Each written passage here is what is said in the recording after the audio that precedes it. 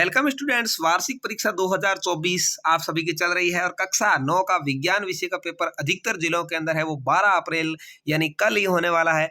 और आप सभी ने विज्ञान का पेपर देखने के लिए पूरी कमर कस के रखी होगी। तो चलिए मैं आपको विज्ञान का ये पूरा पेपर सॉल्यूशन करवाता हूं और इसके अंदर आपको मिलने वाले हैं बहुत ही इंपॉर्टेंट क्वेश्चन जो आपकी परीक्षा में हूबहू छपने वाले हैं। तो कक्षा 9 के विज्ञान विषय का ये पेपर आप देख पाएंगे।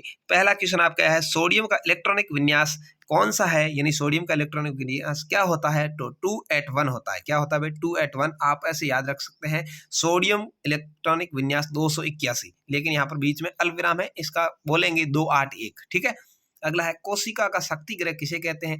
तो कोशिका का शक्ति ग्रह माइटोकॉन्ड्रिया को कहते हैं। वेरी इंपॉर्टेंट क्वेश्चन है, ध्यान रखिएगा, ये परीक्षा के अंदर हूबहू आने वाला है। खरीफ की फसल इनमें से कौन सी है। तो मक्का है वो इसमें से खरीफ की फसल है। सी आपका राइट आंसर हो जाएगा। ओजोन गैस का सूत्र क्या है। तो ओजोन गैस O3 होती है। क्या होती है? O3 होती है। सी यहाँ पर राइट आंसर हो जाएगा। अगला है 1 kJ बराबर है, यानी 1 किलो जूल किसके बराबर होता है। तो 1000 जूल के बराबर होता है। 1000 J है। डी आपका राइट आंसर हो जाएगा।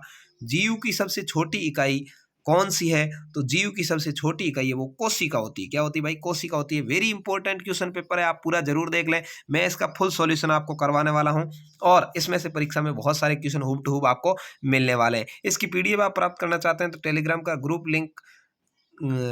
ग्रुप का लिंक डिस्क्रिप्शन में है, ज्वाइन कर सकते हैं, जहां पर आपको इसकी पीडीएफ मिल जाएगी। और इसके अलावा आप वीडियो को लाइक और अपने दोस्तों तक शेयर जरूर कर दीजिएगा। चलिए अगला है वायुमंडल में N2 का प्रतिशत है, यानी नाइट्रोजन कितने प्रतिशत है। तो 78%, 78% नाइट्रोजन होती है। बी आपका राइट आंसर है।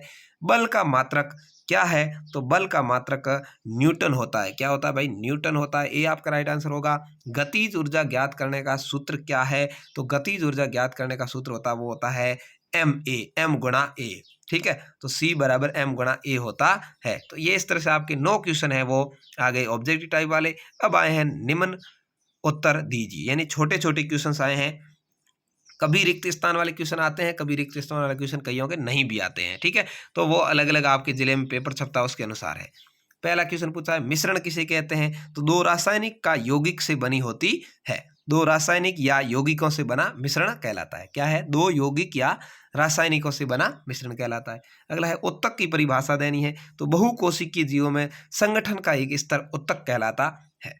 अगला पूछा है प्रतिध्वनि किसे कहते हैं। किसी स्रोत से उत्पन्न ध्वनि सामने टकरा करके वापस लौटती है उसको प्रतिध्वनि कहते हैं। अगला है हाइड्रोजन क्लोराइड का सूत्र लिखिए। तो हाइड्रोजन क्लोराइड का सूत्र होता है HCl। क्या होता है? HCl होता है। ठीक है। HCl हाइड्रोजन क्लोराइड अम्ल। ठीक है।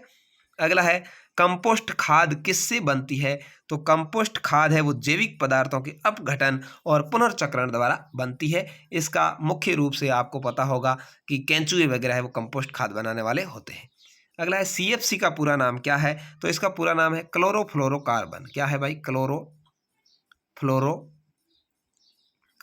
क्लोरोफ्लोरोकार्बन, ये CFC का पूरा नाम है। और ये अधिकतर फ्रीज वगैरह AC वगैरह होती है उससे निकलती है और ओजोन परत को नुकसान पहुंचाने वाली गैस है CFC। ठीक है, आप ध्यान रखिएगा। गति का प्रथम नियम क्या है। गति के जो न्यूटन ने 3 नियम दिए हैं उसमें गति का प्रथम नियम कहता है कि आराम की स्थिति में कोई वस्तु तब तक स्थिर रहेगी जब तक कोई बाहरी बल उस पर नहीं लगेगा। गति का प्रथम नियम क्या है कि कोई भी वस्तु अपनी जगह स्थिर पड़ी है उस पर कोई भी एक्स्ट्रा बल नहीं लगाएंगे तब तक वो स्थिर ही रहेगी। ये गति का प्रथम नियम है। रोग वाहक का उदाहरण दीजिए। तो रोग वाहक होता है मच्छर। ये आपको पता है कौन से रोग का वाहक है? मलेरिया का। ठीक है। मच्छर के द्वारा मलेरिया डेंगू वगैरह फैल जाते हैं। सर्वे ध्वनि की परास क्या है। सर्वे ध्वनि की परास का मतलब होता है कि एक आम आदमी कितनी ध्वनि सुन सकता है। तो 20 हर्ट्ज। क्या है? 20 हर्ट्ज से 20,000 हर्ट्ज तक। ठीक है। क्या है? 20 हर्ट्ज से 20,000 हर्ट्ज तक की ध्वनि सुन सकता है। अगला है संक्रामक रोग किसे कहते हैं। तो ऐसा रोग जो अपने शरीर में प्रवेश होने वाले रोग जनकों के कारण फैलता है, जैसे वायरस है, बैक्टीरिया है, कवक है, परजीवी है, ये संक्रामक रोग फैलाते हैं। अब अगला पूछा है निम्नलिखित तापमानों को केल्विन इकाई में बदलिए। यहाँ से देखिए बड़े क्वेश्चन 2-2 नंबर वाले स्टार्ट हो गए। आपको केल्विन और सेंटीग्रेड दोनों को अच्छे से समझ लेना है। यदि सेंटीग्रेड में आया है जैसे 40 डिग्री का, तो अपन उसके अंदर क्या करेंगे? 40 डिग्री सेंटीग्रेड के अंदर 273 जोड़ लेंगे। ठीक है, 273 जोड़ने पर 313 केल्विन इसका मान आ जाएगा। क्या आ गया? 313 केल्विन। और केल्विन आ जाए तो 273 घटा लेना है, सेंटीग्रेड का मान आ जाएगा। ये आपको ध्यान रखना है। 373 के अंदर भी 273 जोड़ लेंगे, ठीक है, तो आ जाएगा 646। क्या आ जाएगा भाई? 646 केल्विन आंसर आ जाएगा। ठीक है, तो इस तरह से ये केल्विन और सेंटीग्रेड वाला एक क्वेश्चन आपके 100% आएगा। संख्या अलग आ सकती है, दोनों को आपको समझ लेना है। 2 नंबर आपके पक्के हैं। अगला है, कारण दीजिए लकड़ी की टेबल को ठोस क्यों कहा जाता है, आपको लिखना है। पादप कोशिका और जंतु कोशिका में अंतर क्या है, लिखना है। दूरी और विस्थापन में क्या अंतर है, उदाहरण द्वारा स्पष्ट करना है। ये सभी वेरी इंपॉर्टेंट क्वेश्चन है आपके लिए, आपको इनको हल करना है। बड़े उत्तर है इसलिए मैं यहाँ नहीं बता पाऊंगा, लेकिन इंपॉर्टेंट है, आप जरूर हल कर लें, आपको परीक्षा में देखने को मिलेंगे। निम्न सूचीबद्ध कार्यों में किसमें कार्य हो रहा है या नहीं, तर्क दीजिए। पवन एक तालाब में तैर रही है, सीता ने अपनी पीठ पर बोझ उठा रखा है। कार्य हो रहा है कि नहीं हो रहा है, दोनों बताना है। पशुपालन से क्या लाभ है, लिखना है। जीवन के लिए जल क्यों अनिवार्य है। ग्रीन हाउस प्रभाव क्या है। प्रतिरक्षीकरण किसे कहते हैं। ध्वनि तरंगों के परावर्तन के 2 उपयोग लिखने हैं। अनुरणन क्या है। ऊर्जा के रूप लिखो। संवेग संरक्षण का नियम लिखो। एक कार 2 घंटे में 150 किलोमीटर दूरी तय करती है, उसकी चाल कितनी है। तो आपको क्या करना है, 150 के अंदर 2 का भाग दे देना है, चाल आ जाएगी 75 किलोमीटर प्रति घंटा। ठीक है, अगला है, रंध्र के क्या कार्य है। परासरण किसे कहते हैं। समस्थानिक की परिभाषा दीजिए।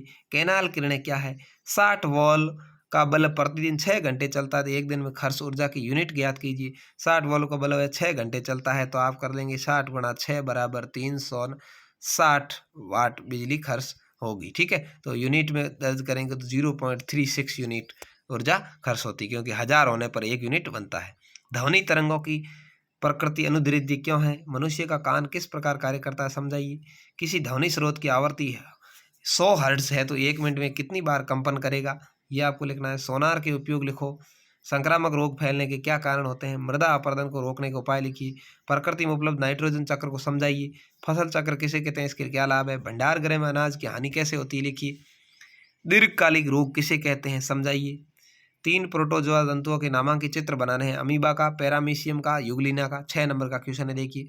मृदा का निर्माण कैसे होता है, विस्तार समझाइए, 6 नंबर का। अथवा मृदा प्रदूषण क्या कारण है, समझाइए। मृदा प्रदूषण को रोकने के 3 उपाय लिखिए। तो ये था आपके विज्ञान का पेपर, जो हुब टू हुब 12 अप्रैल की परीक्षा में छपने वाला है। किसी की परीक्षा बाद में भी है तो भी ये आने की पूरी संभावना है। इसमें से अधिकतर क्वेश्चन आपको देखने को मिलेंगे। वीडियो अच्छा लगा लाइक शेयर करें, चैनल को अभी तक सब्सक्राइब नहीं किया तो जरूर कर लें और अपने दोस्तों तक शेयर करें। धन्यवाद। जय हिंद, वंदे मातरम।